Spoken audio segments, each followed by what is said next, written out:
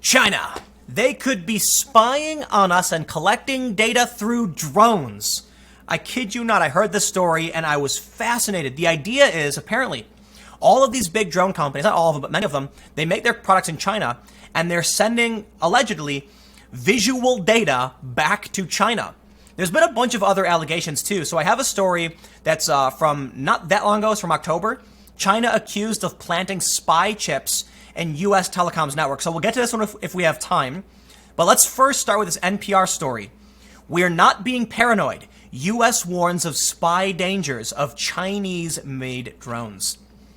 I gotta say, I'm probably gonna lean towards if our own companies are spying on us, yeah, I'm pretty sure Chinese-made products are too. If you can't trust Facebook and to spy on you, why would you trust China to not spy on you? Sorry. But before we get started, this story from NPR, make sure you go to timcast.com/donate if you'd like to support my work. There's a bunch of different ways you can donate. More importantly, like and comment because that does wonders for engagement. It really, really helps. And subscribe if you haven't already. Share the video because that helps even more. But let's get back to the news. Drones have become an increasingly popular tool for industry and government. Electric utilities use them to inspect transmission lines. Oil companies fly them over pipelines. The Interior Department even deployed them to track lava flows as Hawaii's Kilau, I don't know how to pronounce it, sorry, volcano. But the Department of Homeland Security is warning that drones manufactured by Chinese companies could pose security risks, including that the data they gather could be stolen. The department sent out an alert on the subject on May 20th, and a video on its website notes that drones in general pose multiple threats, including their potential use for terror, mass casualty, interference with air traffic, as well as corporate espionage and invasions of privacy. We are not being paranoid, the video's narrator adds. I'm a bit of an expert on drones. I haven't been as active in droning for a long time, but I believe, I could be wrong, the first person to do a live broadcast via drone. Now, it's for a news service, public, it's complicated, but essentially, me and my friends hacked one of the earliest commercial drones available, and we streamed the video from the drone to the internet. It was to cover a protest during Occupy Wall Street. My understanding is I was the first person to do so. I'm not entirely sure, but I can say that I went down to, I believe it's the Northeastern Drone Coalition, and was one of their people who chose the drone testing site where they're doing research and exploration for universities, the private sector, for the government, etc. And one of the things I've repeatedly warned people about, as I'm not very active in drone stuff as of the past 4 or 5 years, was the potential for danger. It is serious. How do you stop a drone? Let me ask you this. You see a drone carrying something flying through your neighborhood, what do you do?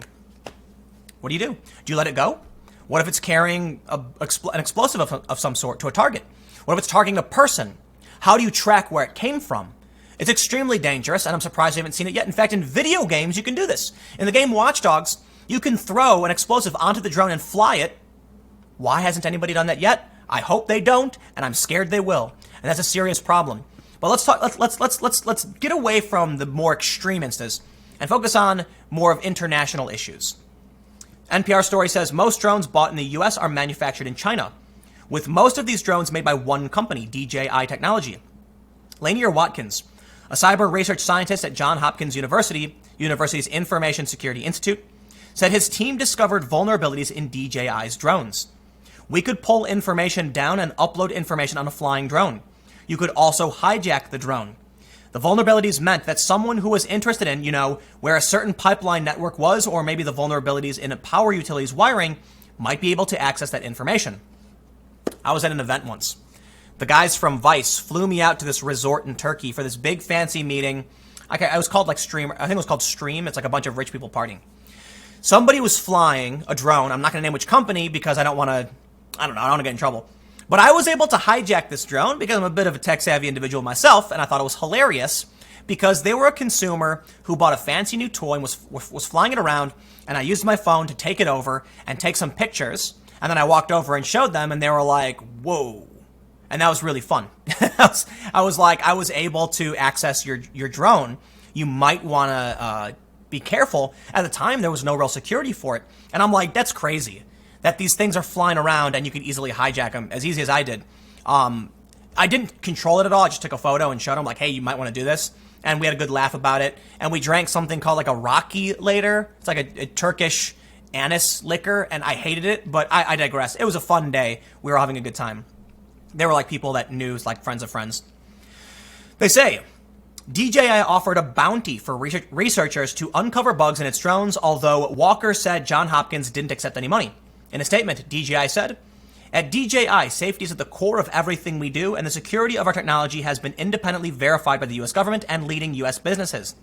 DJI is leading the industry on this topic, and our technology platform has enabled businesses and government agencies to establish best practices for managing their drone data. We give all customers full and complete control over how their data is collected, stored, and transmitted. For government and critical infrastructure customers that require additional assurances, we provide drones that do not transfer data to DJI or via the internet, and our customers can enable all the precautions DHS recommends. Every day, American businesses, first responders, and U.S. government agencies trust DJI drones to help save lives, promote worker safety, and support vital operations. And we take that responsibility very seriously. We are committed to continuously working with our customers and industry and government stakeholders to ensure our technology adheres to all of their requirements.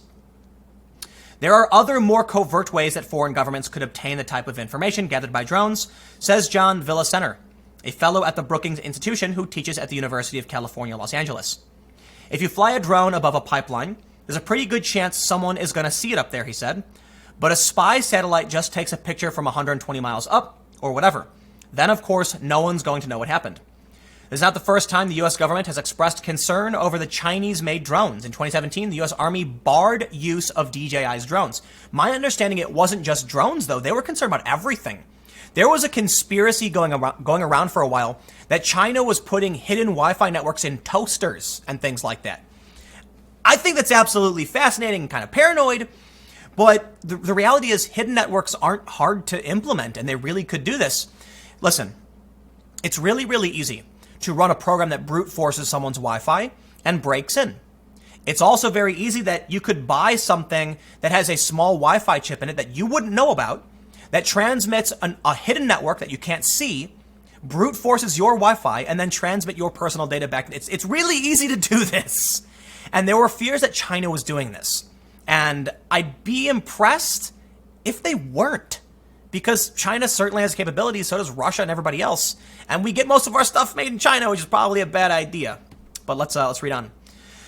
Villaseñor said the government's concern over Chinese drones is not new, although the fact that it has surfaced now may or may not be tied to these broader trade tensions that have flared up in recent months. The Department of Homeland Security's warning about Chinese drones coincides with the Trump administration's campaign against tech manufacturer Huawei, which also coincides with the ongoing trade war between the two countries. It also comes as officials are warning transit agencies in New York and Washington, D.C. against buying new subway cars made by a Chinese manufacturer. Senator Mark Warner, a Democrat from Virginia, along with the region's other Democratic senators, has introduced legislation prohibiting the Washington Metropolitan Area Transit Authority from buying the Chinese-made cars because of security concerns. A rail car might have a whole host of sensors and communication tools.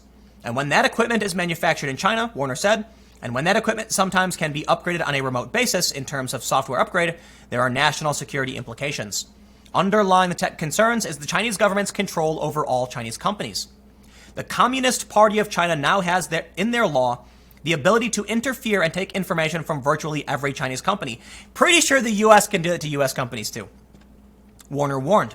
And as long as that exists, that provides a whole set of vulnerabilities I think American business has to consider on a going forward basis.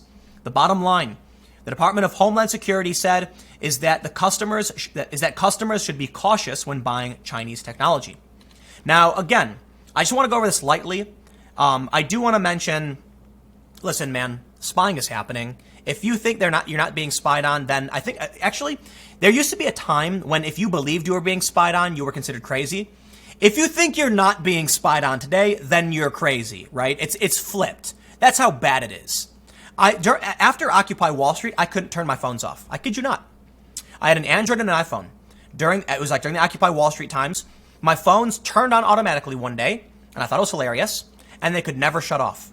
If I turned them off, they would instantly turn back on. Don't know why. Maybe it was a glitch.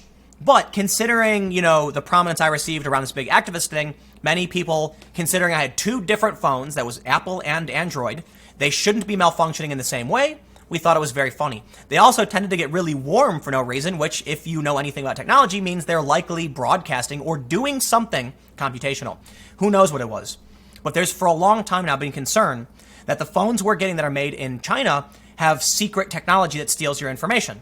Of course, it's all been denied. All the manufacturers deny it. But how would you really know? If China created something that was designed to be untraceable, how would you really know? At the same time, that would be a huge risk for China. Because if we ever did find out, that's an international incident. Anyway, I think it's a fascinating story. I think DJI makes fantastic drones. So it is what it is. Welcome to the future where everyone's spying on you, and that's the dystopian nightmare we live in. I'll leave it there. Let me know what you think in the comments below. If you're listening on the podcast, leave a review. It's greatly appreciated. Thanks for hanging out, and I will see you all tomorrow at 10 a.m. youtube.com/Timcast for the latest news.